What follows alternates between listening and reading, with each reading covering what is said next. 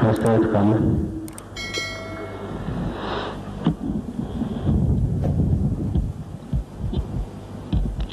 ካለ እሺ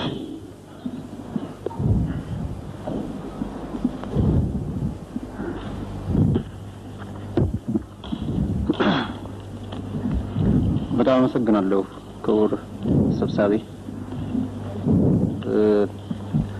እኔ እንኳን እንደ መንደርደሪያ አድርጌ የማቀርበው ቀደም ሲል እርሶም ባቀረቡት መሰረት በኤርትራ ጉዳይ ላይ ምን አይነት የመፍትሄ ሀሳብ መወያየት እንችላለን ወደሚለው ከመግባታችን በፊት አቶ ኢሳያስ ባቀረቡት አጠቃላይ ሪፖርት ላይ ማብራሪያ እንዲሰጥ ወደዛው ውይይት ከመግባታችን በፊት ማብራሪያ እንዲሰጥበት ሁለት ነጥቦች አሉኝ። በርግጥ በተከታታይ ባለፉት 3 ቀናት በተሰበሰብንበት ጊዜ በአጠቃላይ በአገራችን በብሔሮችና ብሔረሰቦች ይደረግ የነበረውን ፖለቲካዊ ተጽዕኖ እና ጭቆና፣ ኢኮኖሚያዊ ብዝበዛና ጭቆና፣ የባህል ጭቆና፣ ብሔሮችና ብሔረሰቦች በራሳቸው ቋንቋ ታሪካቸው እንዲያፍሩ በደረገበት ስርዓት ውስጥ ትምህርትና ሌላም ልማት ተከልክሎ ከአፍሪካ ብሎም ከታዳጊ ሀገሮች የመጨረሻውን ጭራ ይዞ እንዲገኝ የደረገ ህብረተሰብ ነው። በዚህ መሰረት በዚህ ታሪካዊ ስብሰባ ላይ ይህን ሁሉ አስቀያሚ ገጽታዎችን ሁሉ አስወግደን በአዲስ ጎዳና ሄደን ብሔሮችና ብሔረሰቦች በአጠቃላይ በዚህ ግዛት ክልል ያለው ህብረተሰብ ሁሉ በወንድማማችነትና በተዋናሽነት ወደ አዲሱ ምዕራፍና በዲሞክራሲና በእኩልነት ቅራኔዎች ቀርተው መቃቃሮችን ቀርተው በሚያስችል ሁኔታ አዲስ ስርዓት ለመዘርጋት የተሰበሰበ መሆኑን ለሁላችንም ግልጽ ነው። ይሁን እንጂ አንዳንድ መሰረታዊ የሆኑ ሀቆችንም ደግሞ ከታሪክ አንፃር ታሪክ ምስክር ነውና መረሳት የሌለባቸው ብዙ ጉዳዮች ይኖራሉ። አንደኛ የኢትዮጵያን ታሪክን በተመለከተ የቀረበው አስተያየት አለ። ሁለተኛ ደግሞ ስለ ኤርትራ ፌዴሬሽን የተባበሩት መንግስታት በመጀመሪያው 1950ዎች መጀመሪያ ላይ ስለወሰደው ሀሳብ በቀረቡት ሀሳቦች ላይ ማብራሪያ ጠይቃለሁ።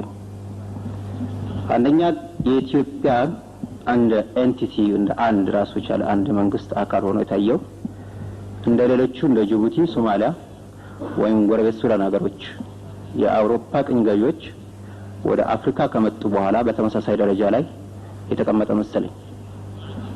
ኢትዮጵያ በተለያየ ታሪክ ውስጥ አንዴ አቢሲኒያ አንዴ ኢትዮጵያ እየተባለ ወይም ያበሻ ሀገር እየተባለ በተለያየ ወቅት ረዘም ያለ ታሪክ የነበረው ይሄውም የታሪክ ቁንጮ ግንባሩ ከሰሜን ኢትዮጵያ እንደው አፈ ታሪኩን እንተውና ከአክሱም ዘመነ መንግስት ከአንደኛው ምዕተ ዓመት ከዛ በኋላ በወቅቱ የነበሩት መንግስታት ከውጭ ባለው ተጽዕኖ ከራሳቸው ካለው ወታደራዊና አስተዳደራዊ ድክመት አንዴ ሲፈራረሱ ከቦታ ወደ ቦታ በሚዘዋወሩበት ጊዜ እንደነበረ አይ ቲንክ ይሄን በታሪክ ውስጥ ተመዝግቦ የሚገኝ ነው። በወቅቱ የነበረውን ታሪክ ደግሞ የጻፉት ኢትዮጵያኖች ሳይሆኑ በአብዛኛው የተለያዩ ሀገሮች የመጡ የውጭ ታሪከኞች ናቸው። በዚህ ጊዜ ትክክለኛ ኢትዮጵያዊ የሚባለው በወቅቱ ወይም አበሻ ይባል የነበረው ከማንኛውም ዛሬ ኢትዮጵያዊ ከምንለው በማንኛውም ክልል ካለው ህዝብ የበለጠ የሰሜን ኢትዮጵያ ህዝብ ነው።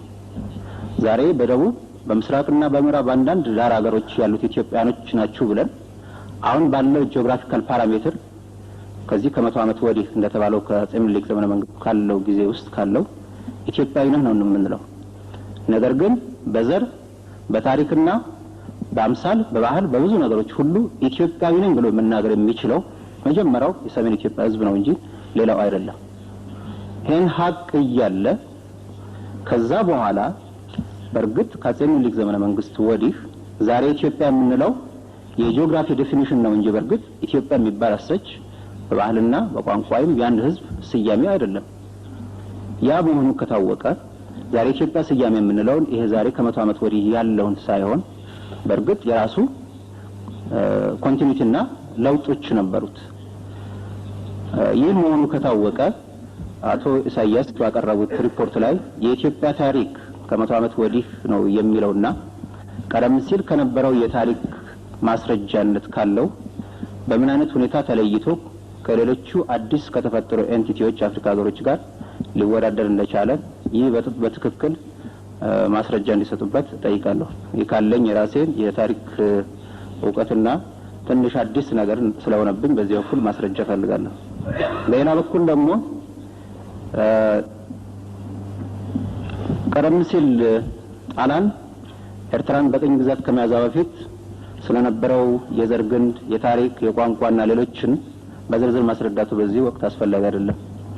ይሁን እንጂ 50 ዓመት በጣሊያን ቅኝ ግዛት 10 ዓመት ደግሞ በእንግሊዞች ወታደራዊ አስተዳደር ከቆየ በኋላ የተባበሩት መንግስታት በወቅቱ 5 አባላት ያሉበት ነፃ ሀገሮች ወይም ገለልተኛ ሀገሮችን ወደዚህ አካባቢ ደርሰው የህዝቡን ስሜትና አስተሳሰብ በወቅቱ ደግሞ በተለያየ ምክንያት በሃይማኖት ድርጅቶች እና የፖለቲካ ድርጅቶች ህዝቡን እንወክላለን ራሳችንን እንወክለው ህዝብ አለን ብለው በቀረቡት የፖለቲካ ድርጅቶች አስተሳሰብና አቋም መርምረው ከተመለሱ በኋላ በሰጡት ውሳኔ መሰረት የተባበሩት መንግስታት እነዚህኛ ውሳኔዎችን ሁለተኛ ደግሞ ቀደም ሲል የጣሊያን ቅኝ ግዛት ወደዛ ከመምጣቱ በፊት ከነበረው ታሪካዊና ህዝባዊ ኢኮኖሚያዊ መተሳሰርና ሌሎችም ግንዛቤዎች ውስጥ በማስገባት በድምጽ ብልጫ ሶስቱ ከኢትዮጵያ ጋር በፌደራል ስታተስ ልትቀላቀል ወይም ልትተሳሰር ትችላለች በሚል ሌሎቹ ለየት አቋም በመውሰድ የአብዛኛው ድምጽ ከፍ ስላለ የተደረገው ውህደት መሰለኝ። እርግጥ ከዛ በኋላ የኃይለሥላሴ አስተዳደር ቀጥሎም ደግሞ ወታደራዊ አምባገነን የመንግስቱ አስተዳደር በክልሉ እንደ ሌሎች የኢትዮጵያ ህዝቦች ላይ የደረገው ወታደራዊ ፖለቲካዊና ኢኮኖሚያዊ ተጽዕኖች የባህል ረገጣዎችና ተጽዕኖች ይህ አለ የሚባል ነገር አይደለም። ከዛ በኋላ የነበረው ሁሉ ከማንም እንደማንኛውም የኢትዮጵያ ህዝብ የኤርትራ ህዝብ በከፍተኛ ጭቆናን ስር እንደነበረ ሁላችንም የሚያሳዝንና አብረንም ስንታገልበት የነበረ ነው። ትግሉንም ስንደግፈው ነበር። ስለዚህ በዚህ በኩል ያለ ፍላጎቱ የተባበሩት መንግስታት በራሱ ሰዎች አማካይነት የህዝቡን ድምጽ ሳይሰማ ውሳኔ ተላልፎ ፌደራሊዝም ወይም የፌደራል ስታተስ አስተዳደር ውስጥ እንዲውል ተደርጓል በሚሉት ሁለት ነጥቦች ላይ ማብራሪያ እቀበላለሁ። የኢትዮጵያ ፀሐይ እየጠለቀች ሲሆን የወያኔና የሻዕቢያ ጥምረት አንድምታ የአብይ እብሪትና ድንቁርና ከውጭ ጠላቶችን እየሰባሰበ ከውስጥ ደግሞ ግጭት እየፈለፈለ ኢትዮጵያን የሞሽረት ትግል ውስጥ አስገብቷታል። ዛሬ ግዛቷ ተቆራርሶ በውጭ ኃይሎች ተይዞ በመሃል ደግሞ ራሳቸውን ለመከላከል በወጡ ታጣቂዎች አብዛኛው መሬት ከቁጥጥር ውጭ ሆኖ ህግና ስርዓት ደፍርሶ መሃል አዲስ አበባ የህገ ወጦች መናኸሪያ ሆና አሁንም የአብይና የኦሮሞ ቡድን ባልተገራ ምላሳቸው በሚተፉት መርዘኛ ንግግር የበለጠ ሀገራችንን እያደሙ እየገደሉ ነው። አንድ ጊዜ ስብሐት ነጋ እኛ ከሌለን ኢትዮጵያ ትፈርሳለች ሲል እንደነበረው ደቀ መዝሙሩ አብይም እኔ ከሌለው ትፈርሳለች ሲል በድፍረት የተናገረውን እናስታውሳለን። 5 ዓመት ሙሉ በጦርነት አረንቋ ውስጥ ገብቶ የሚደነፋው አብይ ገና ስልጣን ላይ እንደወጣ ነው በስልጣን የሚመጣ ካለ በደርግ ጊዜ የነበረውን ደም መፋሰስ የልጅ ጨዋታ ነው ያለን። የሚይዝ የሚጨብጠውን ያሳጣው ኦሮሞማ በአካባቢ በሚፈጥረው ማተራመስ በዙሪያው ያሉ ሀገሮችን እንዲሰባሰቡና እንዲገዳደሩ ትልቅ ስራ ሰርቷል፣ እየሰራም ነው። በተለይ አንድ ጊዜ ወንድሜ ቅብጥርሴ ሲለው የነበረውንና በትግራይ ጦርነት ጊዜ ስቦ ለምኖ ያስገባውን ኢሳያስን ዛሬ ጠላት ማድረጉ በራሱ የሰውየውን ጤናማነት የሚያጠያይቅ ነው። ለነገሩ ክህደት፣ ውሸትና እብሪት ለአብይ ቅርብ ናቸው።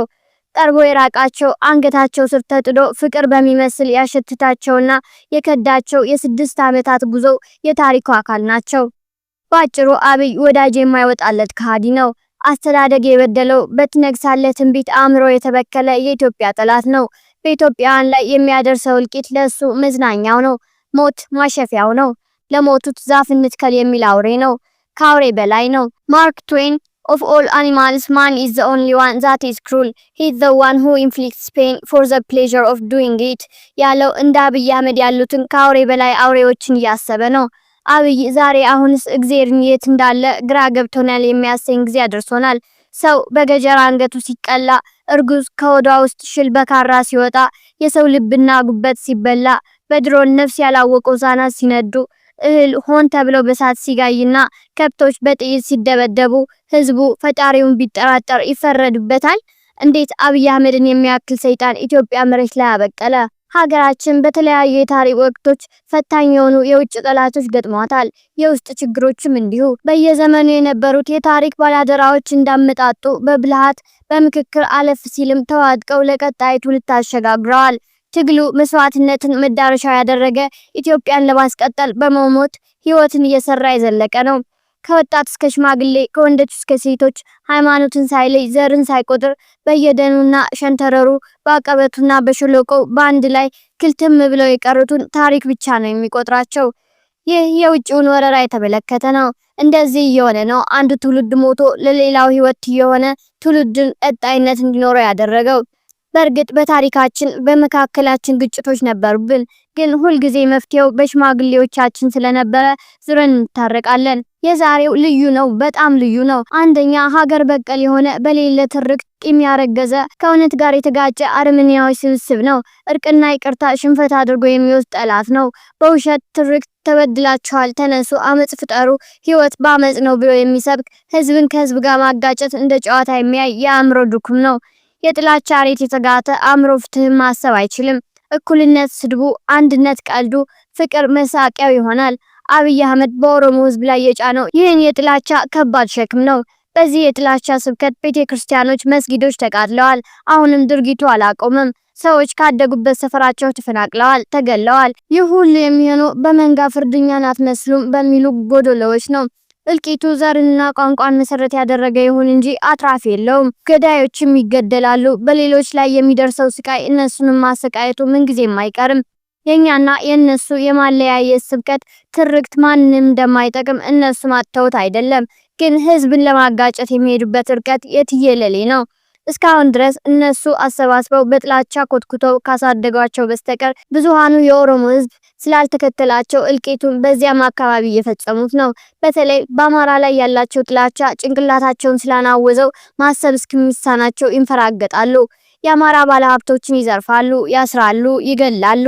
የአማራ ትምህርት ቤቶችን ያወድማሉ፣ ክሊኒኮችን ያነዳሉ፣ መድኃኒት እንዳይገባ ያግዳሉ። የአማራ ሀብት ስለሆኑ ከብቶችን ይገላሉ፣ እህል ያቃጥላሉ። በመቶ ሺህ የሚቆጠሩ አማራዎች በመሆናቸው ብቻ በየእስር ቤቱ ታጉረው ምድራዊ ሲኦል እንዲያዩ ያደርጋሉ። ይህ ሁሉ አማራን ከማጥፋት የመነጨው የዘር ማጥፋት እቅዳቸው ነው። በሚያደርጓቸው ዘራፍ ንግግሮቻቸው ስንቱን አማራ በሐረር፣ በአሩሲ፣ በወለጋ፣ በሸዋ እንዳስጨረሱና በአሁኑ ሰዓትም እያስጨረሱ ያሉት ከዚሁ የዘር ማጥፋት በሽታቸው ነው። ጦርነት እንደ ሱስ የተጠናወተው ኦሮሞማ በተለይ አባወራው አብይ ላለፉት 5 ዓመታት የኢትዮጵያን በለጋስነት የሰጠው ጦርነትን ነው። ለተራበው እህል ማቅረብ ተፈጥሯዊ አእምሮ ቢስነቱ አልፈቀደለትም። ከትግራይ ጋር በተደረገው ጦርነት ህይወቱን ያዳኑትን ኤርትራና አማራን ጠላት ለማድረግ ምንም ያህል ጊዜ አልወሰደበትም። ከወያኔዎች ጋር የሚያጣላው ስልጣን እንጂ የአመለካከት ልዩነት ባለመሆኑ ጦርነቱን ከረዳቶቹ ጋር አሸንፎም የወያኔ ኃይል ከነትጥቁ እንዲቆይ ሲፈቅድ ከወያኔ በላይ ጠላት የሚለውን የአማራ ህዝብ ማስፈራሪያና ሲያልፍም ረዳት እንዲሆነው በማሰብ የወሰነው ማኪያቬሊ ውሳኔ ነበር። በአማራ ላይ የሚደርሰውን ዘርፈ ብዙ መከራ በወያኔ እርዳታ እንደሚያባብሰው አልፎም አማራ እንዳይነሳ ሆኖ እንዲኮታኮት የነበረው ጽኑ ምኞት ነው። አማራ ለህልውናው ነፍጥ አንስቶ ሲዋጋ ማጥፊያ ያጠረው ኦሮሞማ እንደ ተናካሽ ውሻ እየተክለፈለፈ በዙሪያ ያለው ሀገራትን ማተራመሱን ተያያዘው። ምንጊዜም ለሽንፈቱ ከራስ ውጭ ያሉትን መክሰስ ልማዱ ነው። ትናንት ሶማሊያን፣ ዛሬ ደግሞ ኤርትራን መናከስ ጀምሯል። ይህ እብሪቱ ለህልውና መነሳት ያለባት ኤርትራ እንደ ጠላት ከምታያቸውና ከተዋጋቻቸው ወያኔዎች ጋር አብሮ ሊያሰልፋት ውድ የሚያስችላት ጎዳና እየተጋፋች ነው። ወያኔዎች ጋር አብሮ ሊያሰልፋት ይህ እብሪቱ ለህልውና መነሳት ያለባት ኤርትራ እንደ ጠላት ከምታያቸውና ከተዋጋቻቸው ወያኔዎች ጋር አብሮ ሊያሰልፋት ወደሚያስችላት ጎዳና እየተገፋች ነው። ወያኔና ሻቢያ ፍቅር ያስገደዷቸው ሳይሆን ለመኖር አብረው መሰለፋቸው የማይቀር ነው። በጦርነት ተሸንፎ ግን በአብይ የአማራ ጥላቻ እንድታጠቀ ያለው ወያኔ ዛሬ ትከሻውን ነቅንቆ ደረቱን ነፍቶ አብይን ወደ መገዳደር የደረሰው ያለ ምክንያት አይደለም። በአንድ በኩል ኦሮሞማ ከአማራና ከሸኔ ጋር በሚያደርገው ጦርነት ወታደሩ በሞትም በምርኮም በመክዳትም እጅጉን ተመናምኖበታል። በመሳሪያውም በኩል እየተማረከና እየተሸጠም ስለሆነ ከከባድና በአየር ላይ ካሉት መሳሪያዎች በስተቀር ወያኔ ከያዘው ጋር ብዙም ልዩነት የለውም። በዚህ ላይ አሁንም ጦርነቱ በሁሉም የአማራ ግዛቶችና በኦሮሚያ ብዙ አካባቢዎች እየተደረገ ነው። ይህ ኃይሉን የበለጠ የሚያዳክመው የወታደሩን የመዋጋት አቅም ሆነ ሞራል የሚያደቅ ስለሆነ ኦሮሞማ እየደከመ እንጂ እየጠነከረ አይደለም። ይህንን ወያኔ በሚገባ ያውቃል። ትከሻ ለትከሻ መለካካትም የዚህ ግምገማ ውጤት ነው። የወያኔ ብጠት ከኤርትራ ስጋት ጋር ሲገናኝ ወደ ትብብር የማይሄዱበት ምክንያት የለም። ኤርትራ ህልውናዬን ትላለች። ወያኔ ደግሞ ቂም በቀሉን መወጣት ብቻ ሳይሆን ገና ሲፈጠር የነበረውን የመገንጠል ዓላማ እውን አደርጋለሁ የሚል ስሌት ውስጥ እንደሚገባ መገመት ይቻላል። ከዚያም አልፎ ከኤርትራ ጋር በመሆን አንድ ሀገር እንፈጥራለን የሚለውን የነመለስን ህልም ኤርትራ ፈቃደኛ ከሆነች ለማሳካት መንገድ ይሆናል። ኢትዮጵያን ለማፍረስ ሲኦልም ቢሆን እንወርዳለን ያሉት ወያኔያውያን ይህ ትልቅ አጋጣሚ እንደሚሆንላቸው ብዙ የሚያከራክር አይመስልም። የኤርትራ መሪዎችም ቢሆን በየጊዜው ከሚደነፍባቸው የአብይ እኩይ ተግባር ነፃ ለመሆን ይህን ሀሳብ አይቀበሉትም ለማለት አያስደፍርም። ዘላቂ ሰላም ለማግኘት ከኦሮሞማ ለመራቅ ትግራይን አብሮ ማሰለፉ አዋጭ አድርገው ሊያዩት ይችላሉ። ዛሬ ኢትዮጵያ ፈረሰች ሀገር ናት ወይም ፌይልድ ስቴት ህግና ስርዓት የሉም። ሀገር ተቆራርሳ በባለ ጉልበተኛ ደቡብ ሱዳንና ሰሜን ሱዳን ስር ወድቃለች። በውስጥም ኦሮሞማ ምንም አይነት ቁጥጥር ወይም የበላይነት የለውም። ማንም እንደሚያስታውሰው ሶሪያ በአልአሳድ መንግስት ስር ያለች የፈረሰ ስርዓት ወይም ፌይልድ ስቴት እንደነበረች የዓለም አቀፉ ህብረተሰብ ያውቀው እውነታ ነበር። ኢትዮጵያ ከዚያ የተለየ ደረጃ ላይ አይደለችም። አሁን ችግሩን የሚያጎላው ውስጥ ለውስጥ ያለው ትንቅንቅ ብቻ ሳይሆን በእርግጥም ከኢትዮጵያ ተቆርሶ ሌላ ሀገር የሚተከል ከሆነ ነው። አብይ እሱ የማይመራት ኢትዮጵያ ብትፈርስ ግድ እንደሌለው ነግሮናል። በወያኔና በሻቢያ ጥምረት የምትፈርስ ኢትዮጵያ የአብይ አቅም ማጣትም አለዚያም በቅድ ሊሆን ይችል። አብይ መግዛት ካልቻለ የወያኔና የሻቢያን ግንኙነት በማወቅ ሊያፋጥነው ይችላል። ኤርትራን መጣውብሽ ማለት በስጋት ተሸባ አጋር እንድትፈልግ ያስገድዳታል። ይህ ደግሞ ተፈጥሯዊ ነው። በህይወት የመቆየት ትርጉም ይህ ነው። ችግር ሲመጣ አጋር መፈለግ። የኦሮሞማው ኦሮሚያን ማዋለድ በዚሁን ይሆናል። ሀገርን በማተራመስ ሲመኙት የነበረውን የኦሮሚያ ሪፐብሊክ ከትርምሱ ውስጥ ፈንቅሎ ማውጣት። በሰላም መኖር እንዴት ነው የሚቻለው የሚለውን እነሱም አያነሱት፣ እኛም ለጊዜው እንለፈው። በእርግጥ ወያኔና ሻቢያ ተጣምረው አንድ ሀገር የሚመሰርቱ ከሆነና ኦሮሞም ህልሙን ካሳካ ኢትዮጵያ ዛሬ ፌይልድ ስቴት ናት ከምንለው በላይ መሆኑን እናያለን። በሰሜን በእነዚህ ጥምረት በደቡብ በኦሮሞማ ሪፐብሊክ መካከል ተሰንጎ የተያዘ የአማራ ጣፈንታ ምን ይሆናል? ኦሮሚያ ከየት ተነስቶ የት ላይ እንደሚያበቃ የሚያውቅ የለም። ኦሮሞማ ደግሞ ሁሉን ለእኔ ነውና በዚሁ ምክንያት የማያባራ ጦርነት ውስጥ መግባታችን የማይቀር ነው። ይህ የኢትዮጵያ መበታተን ብቻ ሳይሆን ማለቂያ የሌለው ግጭት ውስጥ እንኖራለን።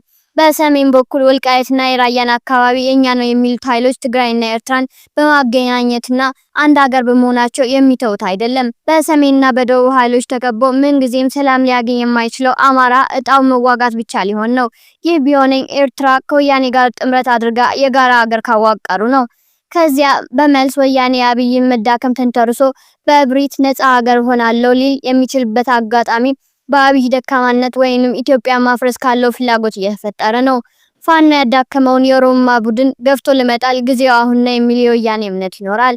ይህም ለአማራ ተመሳሳይ ራስ ምታት ነው። ትግራይ ብቻዋንም ቢሆን ተገንጥላ የምናውቃት ኢትዮጵያ ልትኖር አትችልም። በዚህ አጋጣሚ ኦሮሞማም ኦሮሚያን ቆርፎ ለማውጣት ያለውን ምኞት ለማሳካት ወደ ኋላ የሚል አይሆንም።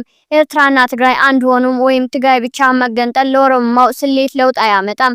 ለአማራም የህልውና አደጋ በየትኛውም ቢሆን ለውጥ አያመጣም። ከላይም ከታችን በሚነድ እሳት መለብለቡ አይቀርም። ሌላው መንገድ ወያኔ ሻቢያና የአማራ ፋኖ በትብብር አብይን ከስልጣን ቢያስወግዱትስ የሚለው ይሆናል። ኤርትራውያን የጋራ ችግር የሆነውን አብይን ከማስወገድ በዘለለ ሌላ ምኞት ከሌላቸው ለኢትዮጵያ አንድነት የተሻለው መንገድ ይሆናል። የጋራ ጠላታቸውን ያስወግዳሉ።